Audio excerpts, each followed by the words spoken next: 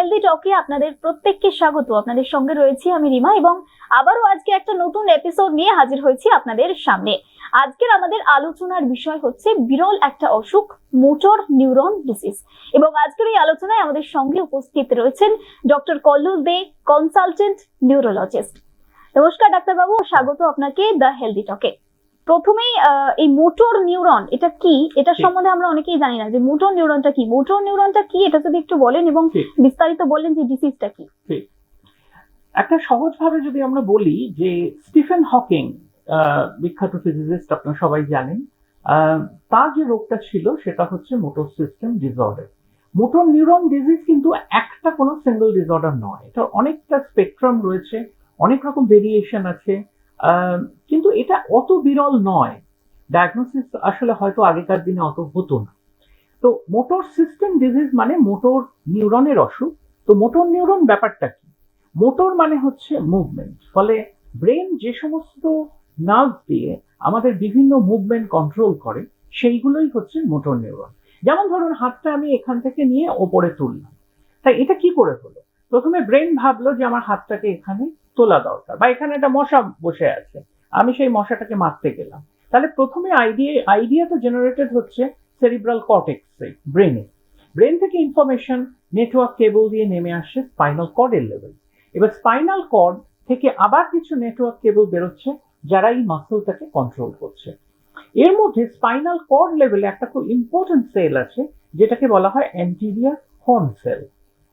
সেগুলো থেকেই কিন্তু ফাইনালি যে নার্ভগুলো বেরিয়ে আসছে স্পাইনাল কর্ড থেকে এই হাতের মুভমেন্ট, পায়ের মুভমেন্ট বা অন্য জায়গার মুভমেন্ট কন্ট্রোল করতে, সেইগুলো আলটিমেটলি ওই অ্যান্টেরিয়র হর্ন সেল দিয়ে কন্ট্রোল করছে ব্রেন। ব্রেন বসে আছে ওপর তলাতে, আর অ্যান্টেরিয়র হর্ন সেল হচ্ছেন বড়বাবু, তিনি ফাইলটা নিয়ে যাবেন কি যাবেন না এই ব্যাপারটা উনি ফাইনালি ডিসাইড করছেন। তো মোটর সিস্টেম ডিসঅর্ডার এই অ্যান্টেরিয়র হর্ন সেলের অসুখ। অ্যান্টেরিয়র হর্ন সেলের প্রবলেম হলে তখন নার্ভগুলো শুকিয়ে যায়, সেটাকেই আমরা বলি মোটর নিউরন ডিজিজ। কিন্তু মোটর সিস্টেম ডিসঅর্ডার বললে ভালো, কারণ মোটর নিউরন ডিজিজ একটা কোনো এন্টিটি নয়, এটার একটা বড় স্পেকট্রাম রয়েছে। এবং খুব ভালো, কারণ এটা নিয়ে লোকের অ্যাওয়ারনেস এত কম। আমরা আসছি, একটা ছোট্ট গল্প একটু পরে বলছি, যে মোটর নিউরন ডিজিজ নিয়ে অ্যাওয়ারনেসের খুবই প্রয়োজন।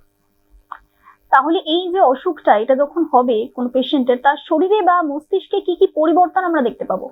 ঠিক, দেখুন, শরীর মস্তিষ্ক এগুলো তো ওরকম বাইরে থেকে টক করে বোঝা যাবে না।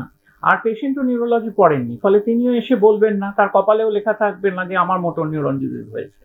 প্রথম এই ব্যাপারটা, এই রোগটা বোঝাটা পেশেন্টের পক্ষে হয়তো অতটা সহজ নয়, অনেকটা অ্যাডভান্স স্টেজে গেলে তারাও বুঝতে পারবেন। তো প্রথমে যেটা আমরা দেখি যে শরীরের বিভিন্ন জায়গায় মাংসপেশি শুকিয়ে যাচ্ছে, এটা হচ্ছে সবচেয়ে বড় কথা। যেমন খুব প্রমিনেন্ট জায়গাগুলো হচ্ছে, যেমন ধরুন এই জায়গাটা নর্মাল মানুষের অনেক ফোলা, এটা যদি শুকিয়ে যায়, বা এই জায়গাটা, হাতের এই জায়গাগুলো যদি শুকিয়ে যেতে থাকে এবং ক্রমাগত, মোটর কথাটা যেহেতু আছে, ফলে সমস্যাটা মুভমেন্টে হবে, হাঁটা চলার সমস্যা, তারপরে অনেকের ক্ষেত্রে ঢোক গেলার সমস্যা, খাওয়ার সমস্যা। এই সমস্যাগুলো যখন শুরু হবে তখন আমাদের মোটর সিস্টেম ডিসঅর্ডারের কথা ভাবতে হবে। আবার মোটর নিউরন ডিজিজের একটা খুব কমন সিম্পটম আছে, সবসময় পেশেন্ট এটা হয়তো রিয়েলাইজ নাও করতে পারেন, যে সমস্ত মাসল থিন হয়ে গেল, সরু হয়ে গেল, শুকিয়ে যাচ্ছে, সেই সব মাসল কিন্তু আচমকা কেঁপে কেঁপে উঠতে পারে, যেটাকে আমরা টেকনিক্যালি বলি ফ্যাসিকুলেশন। ফলে এই হিস্ট্রিটা পেশেন্ট থেকে নেওয়াটা খুব গুরুত্বপূর্ণ। ফলে মোটর নিউরন ডিজিজ খুব অ্যাডভান্স স্টেজে এলে আপনি বুঝতে পারবেন হাঁটাচলা করতে পারছেন না, রোগী অলমোস্ট বেড বাউন্ড হয়ে গেছেন, এবং শরীরের বিভিন্ন জায়গায় মাংসপেশি একদম শুকিয়ে গেছে, ঢোক গেলার অসুবিধা হচ্ছে, ঘাড় সোজা করে রাখতে পারছেন না। এই হচ্ছে মোটামুটি ফিচার, যেগুলো দেখে আমরা ক্লিনিক্যালি ডায়াগনোসিস করি। তারপর তো ডায়াগনোসিস কনফার্ম করার অন্য উপায় আছে। মোটর নিউরন হওয়ার কারণটা কি, মানে এই ডিজিজের সূত্রপাতটা কোথায়, কেন হয় এটা? মোটর নিউরন ডিজিজ অনেক কারণে হতে পারে, জেনেটিক কারণে হতে পারে। একটু আগে যেটা আমি বলছিলাম যে অ্যান্টেরিয়র হর্ন সেলের অসুখ, তো অ্যান্টেরিয়র হর্ন সেল যদি কোনো কারণে ডিজেনারেটেড হয়ে যায়, সেটা অনেক কারণে হতে পারে। ইনফরমেশন যদি ব্রেন থেকে ঠিক মতো এসে ওখানটায় না পৌঁছয়, তাকে ঠিক সাপ্লাই না দিতে পারে, বা অ্যান্টেরিয়র হর্ন সেল থেকে যে নেটওয়ার্ক লাইন বেরিয়ে যাচ্ছে মাসল পর্যন্ত, সেখানের প্রবলেম হতে পারে। তো এগুলো অনেক সময় ড্যামেজ হয়, যেগুলোকে আমরা বলি ফ্রি র্যাডিক্যাল ইনডিউস ড্যামেজ। এই ড্যামেজের জন্যই কিন্তু আলটিমেটলি মোটর নিউরন ডিজিজ হয়, কারণ মোটর সিস্টেম কাজ করছে না। কখন চিকিৎসকের কাছে নিয়ে যেতে হবে, মানে আমরা কখন বুঝবো যে এই ধরনের কিছু হতে চলেছে, আমরা চিকিৎসকের কাছে যাবো? এবার সবসময় দেখুন ওরকম তো বোঝা যাবে না যে এক্ষুনি একটা কিছু বড় অসুখ হয়ে গেল, কিন্তু যদি দেখেন যে শরীরে মাংসপেশি ধীরে ধীরে শুকিয়ে যাচ্ছে, হাঁটাচলা করতে অসুবিধা হচ্ছে, সিঁড়ি ভাঙতে অসুবিধা হচ্ছে, এই ধরনের সিমটম গুলো এলে কিন্তু একদম অবহেলা করবেন না, সঙ্গে সঙ্গে নিউরোলজিস্টের পরামর্শ নিন। এবং এই ডিজিজ থেকে সুস্থ জীবনে ফিরে আসার কতটা সম্ভাবনা আছে? নিশ্চয়ই আছে, কারণ অনেকেই ভাবেন যে মোটর নিউরন ডিজিজ হওয়া মানে হলো ডেথ সেন্টেন্স। তা কিন্তু একেবারেই নয়। যেমন এই সেদিনই আমি একজন পেশেন্টকে দেখলাম ভিডিও কলে, তারা কিন্তু কোনো রকম চিকিৎসা করছেন না, ন্যাচুরোপ্যাথি এই সমস্ত করছেন। তার কারণ তারা ভেলোরে গেছিলেন এবং দাক্ষিণাত্যে তাদের বলে দেওয়া হয়েছে এ রোগের কোনো চিকিৎসা নেই। আর এটা শুনলে আমার আবার মেঘনাথ সাহার একটা গল্প মনে পড়ে। মেঘনাথ সাহা আপনারা জানেন, ফিজিসিস্ট, এবং তাকে একজন এই নানা রকম উনি কোয়ান্টাম থিওরি নিয়ে বলছেন, তো একজন খালি বলছে এ আর নতুন কি, এইসব তো ব্যাদে আছে, মানে বেদে আছে আর কি। তো এরকম বলতে বলতে মেঘনাথ সাহা এত বিরক্ত যে সবই তো ব্যাদে আছে। সেরকম আমি আবার বলি, আপনার ভ্যালোরে গেছিলেন, ভ্যালোর থেকে বলে দিল, ব্যাস আপনারা লেপ মুড়ি দিয়ে শুয়ে পড়লেন, কারণ বলে দিয়েছে চিকিৎসা নেই। আসলে চিকিৎসা নেই কি আছে, এই ব্যাপারটা কিভাবে আমরা ইন্টারপ্রিট করছি সেইটার উপর। ডায়াবেটিস কি একটা ওষুধ খাওয়ালে সেরে যায়, নাকি অন্য আরো অনেক কিছু নিউরোলজিক্যাল অসুখ আছে যাতে আমি একটা ওষুধ খাইয়ে দিলাম, পরের দিন পেশেন্ট তিরিং বিরিং করে দেখালো, এরকম কি হয়? তাহলে আমাদের বুঝতে হবে যে মোটর নিউরন ডিজিজ আর 5টা নিউরোলজিক্যাল অসুখের মতোই একটা অসুখ, যাতে একটা কোনো সিঙ্গল ওষুধ দিলে সারবে না, কিন্তু রুগীকে আরাম দেওয়া অবশ্যই যায়। যেমন একটু আগে আমি কি বললাম, যে পেশেন্ট খেতে পারছে না, তাহলে খেতে যাতে পারে এবং খেতে খেতে যাতে বিষম না খায় এবং সেই খাবার যাতে খাদ্যনালী থেকে ফুসফুসে না ঢোকে, তার জন্য অনেক কিছু করার আছে।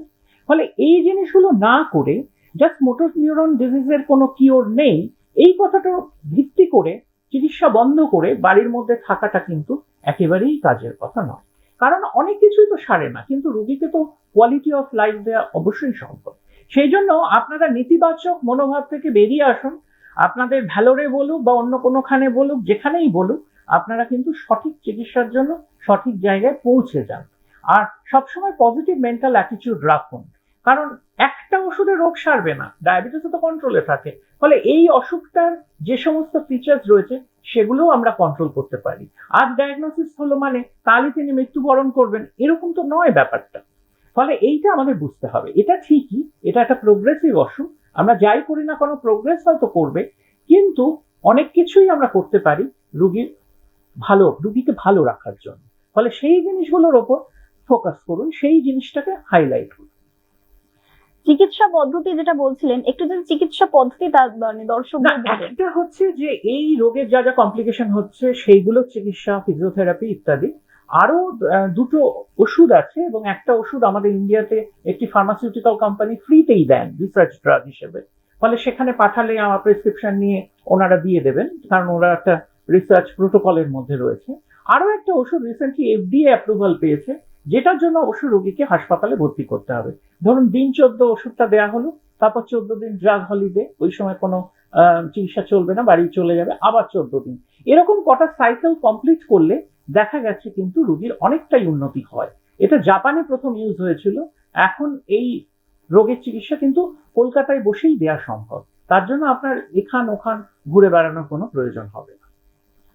এবং যেটা আপনি বলছিলেন শুরুতেই যে শরীরটা খানিকটা অকেজো হতে থাকে, সেক্ষেত্রে আকুপাংচার থেরাপি এটা কতটা হেল্প? না, এটা আমি বলতে পারবো না। আকুপাংচার অনেক সময় ব্যথার ক্ষেত্রে ইউজফুল, কিন্তু ব্যথা তো দেখুন এই রোগে তো ওরকম আলাদা করে ব্যথা একটা খুব প্রমিনেন্ট ফিচার নয়।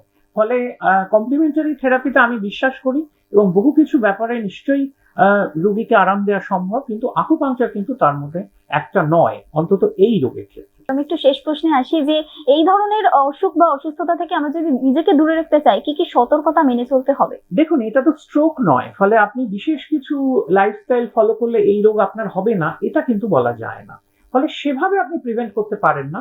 তবে আপনি যেটা করতে পারেন যে একেবারে প্রথম অবস্থায় যাতে রোগটা ধরা পড়ে ঠিক জায়গায় গিয়ে, এবং আপনার যদি মনে হয় যে হাঁটতে আমার অসুবিধা হচ্ছে, আমার শরীরে মাংসপেশিগুলো শুকিয়ে শুকিয়ে আসছে, সেক্ষেত্রে কিন্তু দেরি করবেন না, কারণ এটা অনেকে ফেলে রাখেন অনেক দিন ধরে। আর সবগুলোই কিন্তু একইভাবে প্রোগ্রেসিভ নয়।